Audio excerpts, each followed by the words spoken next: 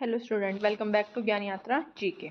जो हमारी लेसन की सीरीज चली हुई है, आज हम आगे उसी का पार्ट देखेंगे। तो बिना देरी के स्टार्ट करते हैं। तो सबसे पहले कल हमने इल्तुतमिश के बारे में पढ़ा था उस वन लाइनर में। आज हम इल्तुतमिश के कार्य के यानी कि काम के बारे में पढ़ेंगे। तो पहला काम है इल्तुतमिश का कि कुतुब मीनार के निर्माण को पूरा किसने करवाया था। तो वो किसने करवाया था? इल्तुतमिश ने करवाया था। एंड सेकंड पॉइंट है, सबसे पहले शुद्ध अरबी सिक्के जारी किसने किए थे? ये भी इल्तुतमिश ने ही जारी किए थे। कौन कौन से थे? चांदी को टका बोलते थे, वह तांबे के सिक्के को जीतल बोला जाता था। ठीक है, आपको ये नाम रखने हैं कि टका किसको बोलते हैं? चांदी के सिक्कों को, और जीतल तांबे के सिक्कों का नाम था। थर्ड पॉइंट है हमारा, इक्ता प्रणाली किसने चलाई थी? वो भी इल्तुतमिश द्वारा ही चलाई गई थी। नेक्स्ट है, 40 गुलाम सरदारों का संगठन बनाया जिसको तुर्कान ए चिहिलगानी के नाम से जाना जाता था। तो 40 गुलाम सरदारों को किस नाम से जाना जाता था? तुर्कान ए चिहिलगानी के नाम से जाना जाता था। नेक्स्ट है, सर्वप्रथम दिल्ली के अमीरों का दमन किसने किया था? वो भी कुतुबुद्दीन ऐबक ने ही किया था। ठीक है, ये कुतुब मीनार की पिक्चर है यहाँ, और जो चांदी के सिक्के ऐसे दिखते थे और तांबे के सिक्के ऐसे दिखते थे। नेक्स्ट है हमारा, मंगोल कहाँ के निवासी थे? तो चीन के उत्तर में स्थित गोबी के रेगिस्तान के वो क्या थे? निवासी थे। मंगोल किस प्रकार की जाति के थे? तो अगर उनकी जाति की बात करें तो वो अर्ध सभ्य जाति यानी कि घूमने फिरने वाले थे। नेक्स्ट है, मंगोलों का मुख्य पेशा क्या था? तो घोड़ों व अन्य पशुओं का पालन करना क्या था? मंगोलों का मेन पेशा था, उनका काम था। ठीक है। नेक्स्ट है हमारा, मंगोलों की जीवन शैली कैसी थी? तो उनके जीवन शैली की बात करें तो वो क्या थे? बहुत गंदे रहते थे, यानी कि नहाते भी नहीं थे, और कपड़े वपड़े भी अच्छे से चेंज या धुए वगैरह साफ वाले कपड़े नहीं पहनते थे।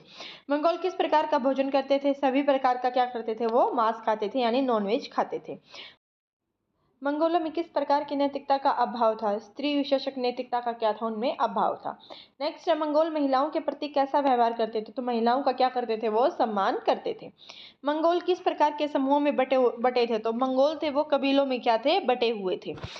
नेक्स्ट की अगर हम बात करें, मंगोल किस प्रकार के समूह में थे? तो हमने देख लिया कबीलों में बटे हुए थे। नेक्स्ट अगर हम देखें, तेमुजीन, ये जिसको चंगेज खां भी बोला जाता था, उसका जन्म कब हुआ था? तो 1163 यानी कि 1163 ईस्वी में उसका जन्म हुआ था। नेक्स्ट है, तेमुजीन को किस नाम से जाना जाता था? तेमुजीन को किस नाम से जाना जाता था? चंगेज खां जाना जाता था। ठीक है, ऐसे भी आ सकता है कि चंगेज खां का रियल नेम क्या था? तेमुजीन उसका रियल नेम था।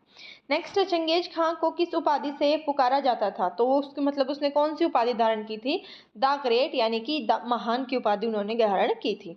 और क्या उपाधि मिली थी उसको? तो अभिशपथ की उपाधि भी क्या थी? उसको मिली थी। ठीक है, नेक्स्ट है हमारा नेक्स्ट है क्वेश्चन हमारा, चंगेज खां के पिता का नाम क्या था? तो येशुगई बहादुर क्या था? उसके पिता का नाम था। नेक्स्ट है, इल्तुतमिश किस तुर्किस्तान का तुर्क था? तो वो इल्बरी तुर्किस्तान का। ठीक है, तो ये नाम याद रखना है कि कौन सा था? इल्बरी। नेक्स्ट है, इल्तुतमिश किसका गुलाम था? तो वो कुतुबुद्दीन ऐबक का क्या था? गुलाम था, यानी पहले कुतुबुद्दीन ऐबक था, उसके बाद कौन आ गए थे? इल्तुतमिश आ गए थे। नेक्स्ट है, इल्तुतमिश का ऐबक से क्या संबंध था? तो जो इल्तुतमिश थे वह कुतुबुद्दीन ऐबक के क्या थे? गुलाम भी थे और दामाद भी थे। ठीक है, नेक्स्ट है, ऐबक की मृत्यु के समय इल्तुतमिश कहाँ का गवर्नर था? जब ऐबक की मृत्यु हुई चौगान खेलते हुए, तो उस टाइम वो इल्तुतमिश कहाँ का गवर्नर था? बदायूं का क्या था? वो गवर्नर था। इल्तुतमिश ने राजधानी कहाँ से कहाँ स्थापित की थी? तो पहले राजधानी लाहौर थी, उसके बाद उन्होंने कहाँ पर स्थानांतरित कर ली थी? दिल्ली में स्थानांतरित कर ली थी। नेक्स्ट है, इल्तुतमिश ने हौज ए सुल्तानी का निर्माण कहाँ करवाया था? तो दिल्ली में कुतुब मीनार के पास में ही उन्होंने हौज ए सुल्तानी का निर्माण करवाया था। ठीक है, ये नाम याद रखना है कि हौज ए सुल्तानी का किसने करवाया था? इल्तुतमिश ने करवाया था। 1229 ईस्वी में इल्तुतमिश को सुल्तान पद की वैधानिक स्वीकृति किसे मिली थी? तो बगदाद के खलीफा के रूप में उसको ये स्वीकृति मिली थी। नेक्स्ट है, इल्तुतमिश की मृत्यु कब हुई थी? तो 1236 ईस्वी में इल्तुतमिश की क्या हुई थी? मृत्यु हो गई थी। चंगेज खां से बचने के लिए कौन भारत आया था? तो ख्वाजिरम का शासक जलालुद्दीन क्या था? भारत आया था। किससे बचने के लिए? चंगेज खां से बचने के लिए। इल्तुतमिश ने जलालुद्दीन को कहाँ शरण नहीं दी? तो भारत में उन्होंने उसको शरण नहीं दी थी। नेक्स्ट है, इल्तुतमिश के बाद दिल्ली की गद्दी पर कौन बैठा था? तो रुकुनुद्दीन फिरोज क्या थी? दिल्ली की गद्दी पर बैठा था। कैसा शासक था ये? तो ये अयोग्य शासक था, यानी कि इसमें वो क्वालिटीज नहीं थी जो एक राजा में होनी चाहिए। नेक्स्ट है, रुकुनुद्दीन फिरोज के शासनकाल में वास्तविक सत्ता किसके हाथ में थी? तो उसकी मां शाह तुर्कान के क्या थी? हाथ में थी, यानी कि राजा तो वो बन गया था, लेकिन सारा देख रेख सारा काम कौन संभालती थी? शाह तुर्कान, उसकी जो मां थी वो संभालती थी। नेक्स्ट है तुर्की अमीरों ने रुकुनुद्दीन को हटाकर किसे सुल्तान बनाया था। तो जो तुर्की के जो अमीर थे उन्होंने उसको गद्दी से हटाकर रजिया सुल्तान को क्या है वो गद्दी पर बिठा दिया था। ठीक है, नेक्स्ट है रजिया बेगम मध्यकालीन भारत की कौन सी महिला शासक बनी थी। तो ये क्वेश्चन बहुत बार रिपीट हो चुका है कि प्रथम मुस्लिम महिला शासक कौन थी, रजिया बेगम थी। नेक्स्ट है रजिया ने किसका वेशभूषा अपनाई थी। तो उन्होंने पुरुषों की वेशभूषा अपनाई थी, यानी कि वो जब दरबार में आती तो वो पुरुषों की वेशभूषा पहनकर आती थी। ठीक है, रजिया दरबार में किस प्रकार उपस्थित हुई थी। तो खुले मुंह, यानी कि बिना पर्दे के वो दरबार में आया जाया करती थी। नेक्स्ट, रजिया ने किसे अमीर ए खुसर नियुक्त किया था। तो जमालुद्दीन याकूत को उसने अमीर ए खकुर क्या था, नियुक्त किया था। ठीक है, अब हम देखेंगे कि ये अमीर ए खकुर होता क्या है। तो ये किस विभाग का अधिकारी होते थे, घोड़ों का अस्तबल, या जो कि घोड़ों की देख रेख करते थे। ठीक है, नेक्स्ट है रजिया के प्रयासों से तुर्की अमीरों ने किसे बंदी बनाया था। तो रजिया के प्रयासों से तुर्की अमीरों ने याकूत को क्या था, बंदी बना लिया था। रजिया को किस किले में बंदी बनाया गया था। तो रजिया को मतलब पकड़ के बठिंडा के किले में क्या था, उसको बंदी बनाकर रखा गया था। रजिया ने किससे विवाह किया था। तो रजिया का विवाह अल्तुनिया से हुआ था। नेक्स्ट अगर हम देखेंगे कि रजिया ने पर्दा प्रथा छोड़कर किस तरह वस्त्र पहनती थी वो, तो ये हमने ऊपर पढ़ा था, किसकी तरह, पुरुषों की तरह क्या थे वो वस्त्र पहनती थी। नेक्स्ट, रजिया ने राज दरबार में किस प्रकार आना स्टार्ट किया था। तो बिना पर्दे के आना उन्होंने स्टार्ट कर दिया था। नेक्स्ट है हमारा विवाह के बाद रजिया ने क्या प्रयास किया था। तो जब उसकी शादी होगी तो उसने क्या किया, दोबारा से गद्दी प्राप्त करने का क्या किया था, प्रयास किया था। लेकिन उसमें क्या रहा, रजिया असफल रही, क्योंकि रजिया ये दोबारा नहीं कर पाई।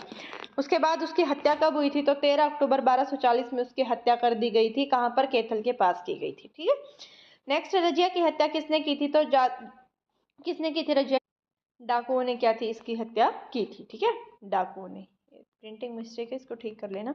रजिया की हत्या है वो डाकुओं ने की थी। नेक्स्ट है बहराम शाह की हत्या कब हुई थी। तो 1242 ईस्वी में क्या थी, बहरम शाह की हत्या हो गई थी। ठीक है, नेक्स्ट है हमारा बहरम शाह के बाद दिल्ली का सुल्तान कौन बना था। तो अलाउद्दीन मसूद खां क्या थे, उसके बाद उसका शासक बन गया था। नेक्स्ट है 1246 में अलाउद्दीन मसूद शाह को हटाकर किसे सुल्तान बनाया गया। तो नासिरुद्दीन मोहम्मद को क्या था, सुल्तान बनाया गया था। और अगर हम बात देखें कि वो अपनी जीविका कैसे चलाते थे, तो टोपी सीकर, मतलब कि टोपी सील कर वो अपनी क्या थी, जीविका चलाते थे। नेक्स्ट है बलबन ने अपनी पुत्री का विवाह किससे किया था। तो नसारुद्दीन मोहम्मद से ही बलबन ने क्या था, अपनी पुत्री का विवाह किया था। बलबन का वास्तविक नाम क्या था। तो बहालुद्दीन क्या था, उसका वास्तविक नाम था।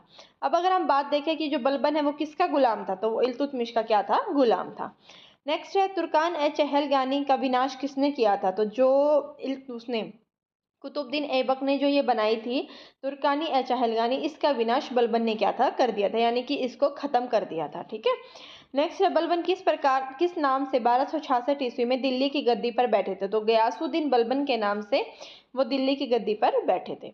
बलबन किस आक्रमण से दिल्ली की रक्षा करने में सफल रहा। तो बलबन ने जो मंगोलों का आक्रमण हुआ था उससे दिल्ली की रक्षा करने में क्या रहा था, ये सफल रहा था। राजदरबार में सिजदा और पैबोश प्रथा शुरू किसने की थी। तो ये किसने स्टार्ट की थी, बलबन ने ही स्टार्ट की थी। नेक्स्ट है बलबन ने फारसी रीति रिवाजों पर आधारित किस उत्सव का आरंभ किया था। तो जो फारसी रीति रिवाजों पर आधारित उत्सव था वो था नवरोज उत्सव। तो बहुत बार ये आता है कि नवरोज उत्सव किसने स्टार्ट किया था। तो बलबन ने क्या था, स्टार्ट किया था। नेक्स्ट है नसरुद्दीन मोहम्मद ने बलबन को कौन सी उपाधि दी थी। तो उलूग खां की क्या थी, उन्होंने उसको उपाधि दी थी। बलबन के दरबार में कौन प्रसिद्ध फारसी कवि रहते थे। तो बलबन के दरबार में अमीर खुसरो और अमीर हसन नाम के दो कवि रहते थे। नेक्स्ट है गुलाम वंश का अंतिम शासक कौन था। तो सयूबुद्दीन केकूबाद क्या थे, ये गुलाम वंश के अंतिम शासक थे। जो हमारा नेक्स्ट पार्ट था वो आज खत्म हुआ, अब मतलब अभी यहीं पर खत्म होता है। हम अगली वीडियो में लेके आएंगे इसका नेक्स्ट पार्ट। अगर आपको वीडियो हेल्पफुल लगी हो तो ज़्यादा से ज़्यादा लाइक करना, शेयर करना और सब्सक्राइब करना।